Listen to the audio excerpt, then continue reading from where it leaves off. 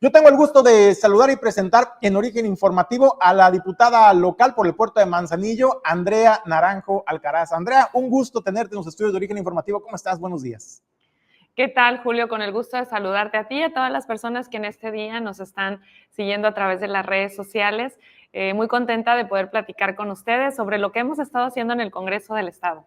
Oye, retomaste tu cargo en el Congreso del Estado, Andrea, y con mucho trabajo, ¿no? También llegando y aprobando reformas importantes. Una de esas reformas, le comento al auditorio de Origen Informativo, es la reforma a la Ley de Hacienda del Estado de Colima. Usted recordará que durante muchos años un sector, el sector hotelero, en la entidad, venía haciendo una exigencia, un llamado a las autoridades para que se hiciera de alguna manera el piso parejo con las aplicaciones de renta de inmuebles para vacacionar. Y es que hay que recordar y hay que decirlo, los hoteleros son los que generan pues una derrama importante en temporada alta, son los que generan fuentes de empleo importantísimos, la segunda industria en nuestro estado de Colima con la mayor generación de fuentes de empleo. Es por ello que hacen una exigencia durante muchos años de que se hiciera el cobro del impuesto, que ellos sí están sujetos y obligados por ley a realizar, pero las aplicaciones, ¿qué creen? Pues no estaban sujetos a reportar este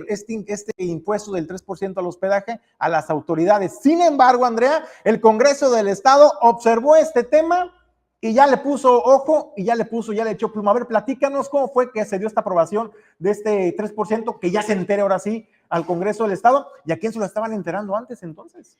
Sí, efectivamente, bueno, platicarles que regresamos al Congreso del Estado el día 3 de junio, nos incorporamos ya a nuestras actividades. Tu servidora es integrante de la Comisión de Hacienda, Fiscalización y Cuenta Pública, y ahí presentamos una iniciativa, las y los diputados del Grupo Parlamentario de Morena, con el objetivo de incluir a estos servicios, estas plataformas digitales de alojamiento, para que fueran ingresadas en la Ley de Hacienda y enteren ese cobro del 3% que hacen ya, que lo enteren a las finanzas del gobierno del Estado. Efectivamente, ya los servicios tradicionales de hospedaje que tenemos, como son los hoteles, los bungalows, etcétera, ya enteraban ese 3% del impuesto. Sin embargo, estas plataformas digitales que conocemos como Airbnb o Booking no enteraban este recurso al gobierno del Estado, aunque sí lo cobraban. Es decir, a los anfitriones ya les venían cobrando este 3%, pero legalmente no teníamos aquí en el Estado una aprobación en la ley que dijera que ese recurso debía destinarse a las finanzas de gobierno del Estado. Ahora, ¿qué hicimos? Aprobamos esta iniciativa. De manera legal ya se hace esto, y bueno, el objetivo es que este 3% vaya destinado al fideicomiso para la promoción turística y que bueno, con ello se puedan realizar muchas más actividades encaminadas al fomento, a la promoción del turismo y actividades que permitan generar una mayor derrama económica en el Estado. Andrea, ¿esto a partir de cuándo se hace efectivo? ¿A partir de cuándo las aplicaciones de reserva de cuartos de hotel o de bungalows estarán reportando ese 3% al gobierno del Estado? Y si tienen un balance de cuánto estaría representando este reporte a las arcas estatales para el fideicomiso de turismo. Bueno, decirte que aprobamos esta iniciativa, este dictamen la semana pasada, el jueves para ser precisos. Estamos esperando a que se pueda publicar el decreto. Una vez de que se publique el decreto, entraría en vigor y con ello, bueno, al mes siguiente, a más tardar el día 17 de cada mes, las plataformas digitales deberán estar enterando este recurso a las finanzas del gobierno del Estado, y en base a ello, bueno, ya podríamos tener datos concretos de cuántos millones de pesos están ingresando por concepto de servicios de alojamiento digitales. Andrea, algo muy importante es de que si bien este impuesto por norma y por ley hacendaria tiene que reportarse al Estado de Colima, hay que decirlo que no será el Estado de Colima o no será el gobierno del Estado, mejor dicho, quien esté aplicando directamente estos recursos emanados del 3%, sino que se entrega al Fideicomiso de Turismo para la difusión y promoción turística del Estado de Colima, que hay que decirlo, en este fideicomiso participan los mismos empresarios, el mismo sector empresarial del sector turístico, son los que decidirán en qué rubro y de qué manera se estaría aplicando, lo cual le dará, digamos, transparencia a la aplicación de este recurso. Sí, efectivamente, bueno, Colima viene a consolidarse en materia turística, a replicar lo que ya otros estados en el país habían hecho en materia de recaudación tributaria. Tenemos ya casos como Chiapas, Chihuahua, Durango, Guanajuato, Hidalgo, Aguascalientes, que ya cobraban este impuesto y que se enteraba el gobierno del estado. Y bueno, aquí la dinámica es esta. Existe un fideicomiso para la promoción turística donde efectivamente tienen un asiento finanzas de gobierno del estado, la subsecretaría de turismo y por supuesto también la sociedad civil organizada, que son la asociación de hoteles y también algunas otras agrupaciones, todas del estado de Colima.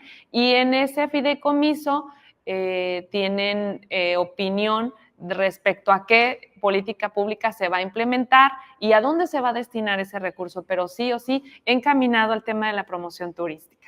Andrea, pues un placer tenerte platicando en los estudios de Origen Informativo. Nada más dinos por último en otro tema, ¿qué es lo que sigue en el Congreso del Estado? ¿Qué es lo que está pendiente, Andrea? Ya estamos, hay que decirlo, en la recta final de la actual legislatura. ¿Qué es lo que falta por temas pendientes por sacar y que pudieran estar viendo la luz antes de finalizar este periodo?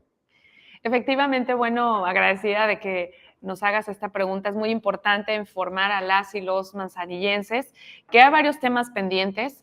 En campaña nos comprometimos a analizar el tema del predial, a lograr la justicia fiscal, que las personas que tienen una casa grande paguen lo que corresponda y quienes tienen una pequeña casa, una casa más moderada, paguen lo justo. Entonces, estamos sí o sí dispuestas a trabajar en el tema junto con nuestra próxima presidenta municipal de Manzanillo, Rosy Vallardo, y bueno, eso seguramente será una vez que haya cambio en el ayuntamiento. Y otros temas pendientes son el tema de las reformas a la ley de movilidad. En este proceso electoral tuvimos diversos acercamientos con agrupaciones de mototaxis. Creo que en el estado ya hemos transitado hacia no a un pleito entre concesionarios del servicio del transporte público, taxistas con mototaxis, sino que hemos ido ya a otra etapa, que creo que en esta etapa es en la de consenso, en la de dialogar respecto a cómo pudiese incorporarse este servicio de transporte, pero sobre todo que genere seguridad para las y los pasajeros, que podamos definir por dónde pueden transitar, cuáles son las características que debe tener la unidad y sobre todo, bueno, que también puedan incorporarse a los servicios y que puedan pagar impuestos como lo hacen ya los servicios de transporte público actuales. Entonces, ese es un tema definitivamente, el tema de las reformas a la ley de movilidad. Y bueno, ya también ayer conocíamos los resultados que se arrojaron respecto a la reforma al Poder Judicial. Es un tema sumamente importante. La doctora Claudia dio a conocer los resultados. Hay una respuesta favorable de continuar con el famoso Plan C. Y aquí en el Congreso del Estado de Colima, bueno, haremos lo propio para darle trámite y viabilidad a estas propuestas. Tú sabes, por ejemplo, que aquí en Colima no contamos con un consejo de la judicatura, es el único estado en el que no lo tenemos, eso está pendiente, tenemos que hacerlo y es parte de esta reforma al Poder Judicial. Y por otro lado, bueno, definitivamente uno de los temas más importantes que tenemos en el Congreso es la discusión y en su caso aprobación del presupuesto de egresos del Estado, que es donde nosotros podemos definir hacia qué política pública en materia de educación, salud, seguridad, bienestar, hacia dónde se van a ir los recursos, cómo van a ir etiquetados y cómo podemos lograr ese bienestar. Entonces, son temas muy importantes, el tema del presupuesto, el tema de las reformas pendientes a la ley de movilidad, al Poder Judicial, sí o sí entra a la discusión para lograr la justicia fiscal en el estado y específicamente en los municipios donde no se han actualizado las tablas de valores y de construcción.